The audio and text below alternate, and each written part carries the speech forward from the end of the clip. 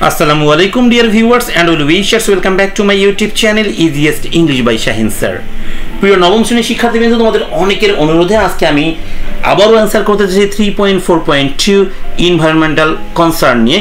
এর আগে আমি কিন্তু এই 3.4.2 আর্গুমেন্টেটিভ এসে অলরেডি চারটি আপলোড করেছি। তোমরা যারা দেখোনি সেগুলো অবশ্যই দেখে নিবে।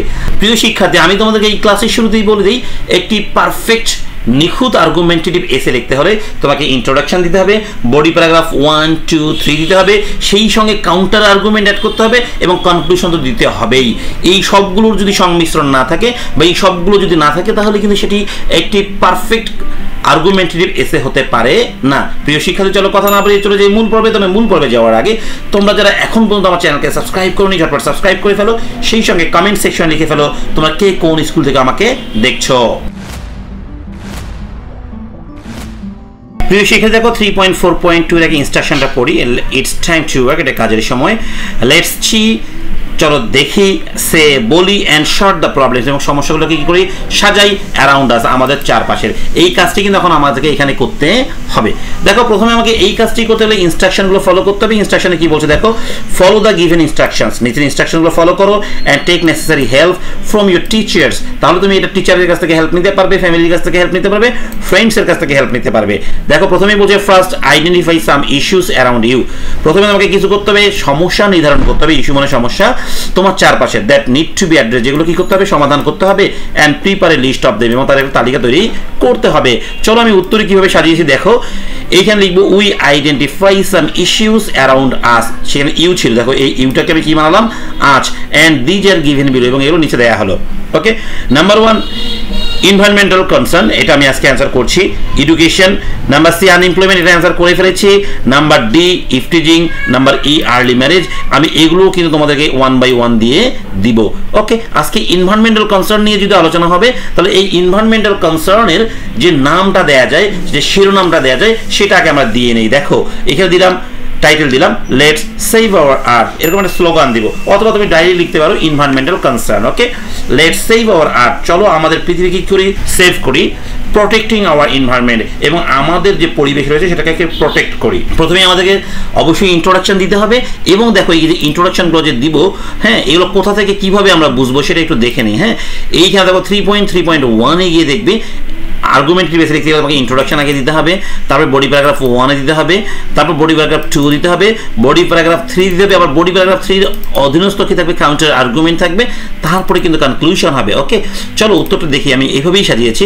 প্রথমে আমি ইন্ট্রোডাকশন দিয়েছি, তারপরে বডি প্যারাগ্রাফ 1 দিয়েছি, হ্যাঁ 2 দিয়েছি, ওকে, তারপরে বডি প্যারাগ্রাফ 3 দিয়েছি, আবার দেখো কাউন্টার আর্গুমেন্টও দিয়েছি, কনক্লুশনও দিয়েছি। একটা কমপ্লিট একটা আর্গুমেন্টেটিভ এসে কিন্তু এটা। ওকে, শুরু থেকে আমি বাংলা সহ তোমাদেরকে বুঝিয়ে দিই, তুমি সুন্দর করে দেখো। Introduction, our planet is in trouble, বলা হচ্ছে আমাদের পৃথিবীটা কি সমস্যায় পড়েছে বা সমস্যায় রয়েছে। The air, water and land we rely on are facing big problems.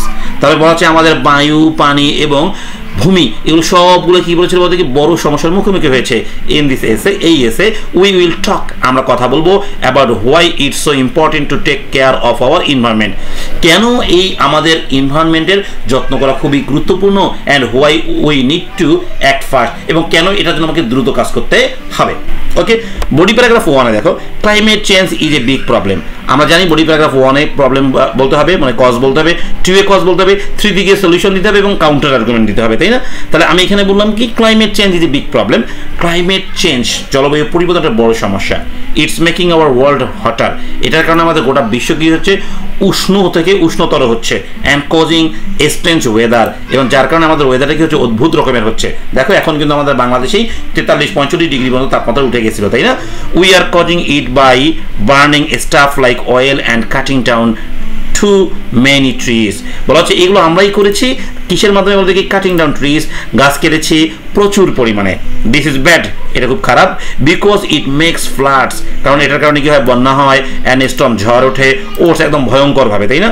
Message up food and water, এবং আমাদের যে খাদ্য রয়েছে এবং পানি রয়েছে সেগুলো কি করে দেয় নষ্ট করে দেয়, অ্যান্ড মেক্স পিপল সিক, এবং মানুষকে অসুস্থ করে দেয়। তুমি চাইলে এই লাইনটা এড়িয়ে যেতে পারো। Okay, we need to stop doing things, বলা হচ্ছে আমাদের ওই উপরের কাজগুলো আর করা যাবে না, দ্যাট মেক ক্লাইমেট চেঞ্জ, যেগুলো আমাদের কি জলবায়ু পরিবর্তন করে, হ্যাঁ ব্যাড থেকে ওয়ার্স মানে অধিকতর খারাপ and find better ways to power our world এবং আমাদের কি করতে হবে ফাইন্ড বেটার ওয়েজ আমাদেরকে ভালো আরো পথ খুঁজে বের করতে হবে টু পাওয়ার আওয়ার ওয়ার্ল্ড আমাদের বিশ্বকে কি করার জন্য ক্ষমতায়ন করার জন্য বাসযোগ্য করার জন্য প্রিয় শিক্ষার্থী এবার দেখবো আমরা body paragraph 2 pollution is another problem বলা হচ্ছে দূষণ আর একটা সমস্যা হার্টিং আওয়ার প্ল্যানেট যেটা আমাদের প্ল্যানেটকে আঘাত করছে প্ল্যানেট মানে আমাদের গ্রহ তাই না it's when dirty stuff gets into our air যখন আমাদের ময়লা আবর্জনা আমাদের বাতাসের সঙ্গে মিশে যায় ওয়াটার পানির সঙ্গে মিশে যায় অ্যান্ড সয়েল মাটির সঙ্গে মিশে যায় ইট হ্যাপেন্স এটা ঘটে বিকজ অফ ফ্যাক্টরিজ কার কারণে ফ্যাক্টরিজের কারণে ঘটে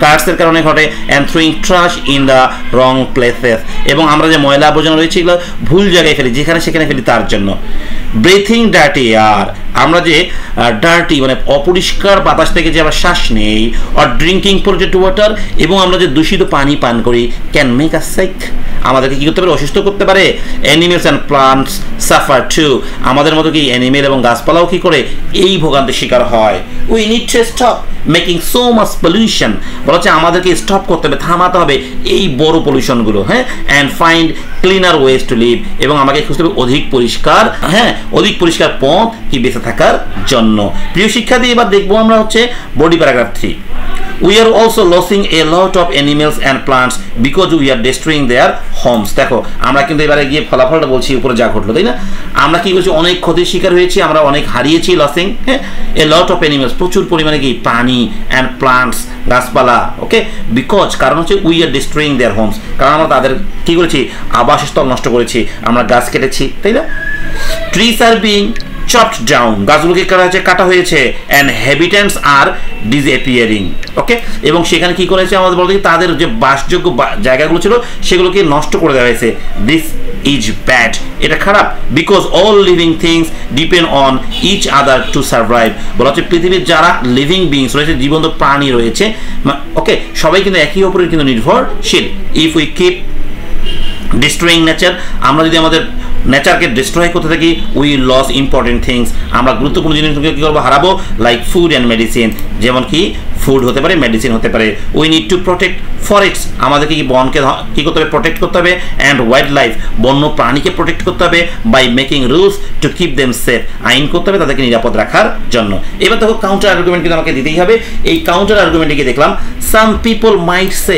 কিছু কিছু মানুষ বলতে পারে that taking care of the environment cost too much বলা হচ্ছে এনভায়রনমেন্টের যত্ন নেওয়াটা খুব কি ব্যয়বহুল or takes too much effort এবং এদের প্রচুর শ্রম প্রয়োজন but if we don't take care of the environment now কিন্তু আমরা যদি আমাদের পরিবেশের যত্ন এখন না নেই we will cost us even more in the future তাহলে এটা ভবিষ্যতে আমাদের জন্য কি হবে আরও ব্যয় বেড়ে যাবে ক্লিনিং আপ পলিউশন বলা হচ্ছে আমাদের পলিউশন কি করতে হবে পরিষ্কার করতে হবে and dealing with the effects of climate change এবং আমাদেরকে কি ক্লাইমেট চেঞ্জের সঙ্গে তাল মিলিয়ে চলতে হবে অর্থাৎ ক্লাইমেট চেঞ্জকে রুখতে হবে আচ্ছা will be much more expensive than preventing them in the first place বলা হচ্ছে প্রথম অবস্থায় যদি আমরা এটাকে প্রিভেন্ট না করি প্রতিরোধ না করি তাহলে দিন যাবে এটাকে ব্যয় আরও বেড়ে যাবে এটা হলো কাউন্টার আর্গুমেন্ট অনেকে বলতে পারেন খুব ব্যয় এখন করা যাবে না পরে করতে হবে নো আমাদেরকে এখন থেকেই শুরু করতে হবে এবার দেখো কনক্লুশন ইন শর্ট আমরা অবশ্যই জানি কনক্লুশন লিখতে হবে টু কনক্লুড হ্যাঁ ইন কনক্লুশন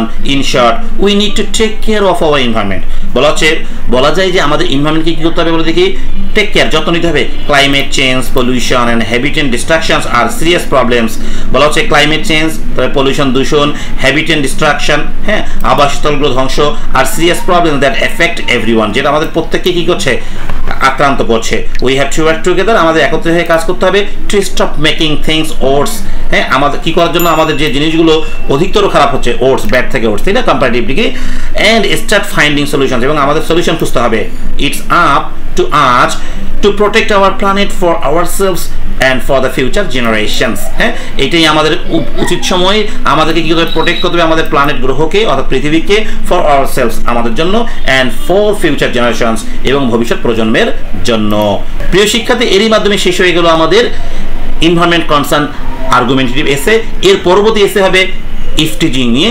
তোমরা সেই ইফটিজিং সংক্রান্ত ভিডিওটি দেখার জন্য অপেক্ষা করো। আর সেই ভিডিওটি পাইতে হলে অবশ্যই তোমাকে কি করতে হবে, আমার চ্যানেলকে সাবস্ক্রাইব করতে হবে। এবং বলে রাখি, আমি কিন্তু তোমাদের ষান্মাসিক পরীক্ষার চূড়ান্ত সাজেশন দিব এবং চূড়ান্ত সাজেশনের উত্তর করে দিব প্রতিটি বইয়ের। সেই সঙ্গে অলরেডি ষান্মাসিক শিক্ষণকালীন মূল্যায়নের প্রশ্ন কিন্তু আমি আপলোড করেই ফেলেছি। সবাই সেগুলো দেখে নাও। যদি কেউ না পেয়ে থাকো অবশ্যই কমেন্ট সেকশন লিখবে, স্যার ষান্মাসিক শিক্ষণকালীন মূল্যায়নের প্রশ্ন পাই, আমি তোমাদেরকে কমেন্ট সেকশনে লিঙ্ক দিয়ে দিব।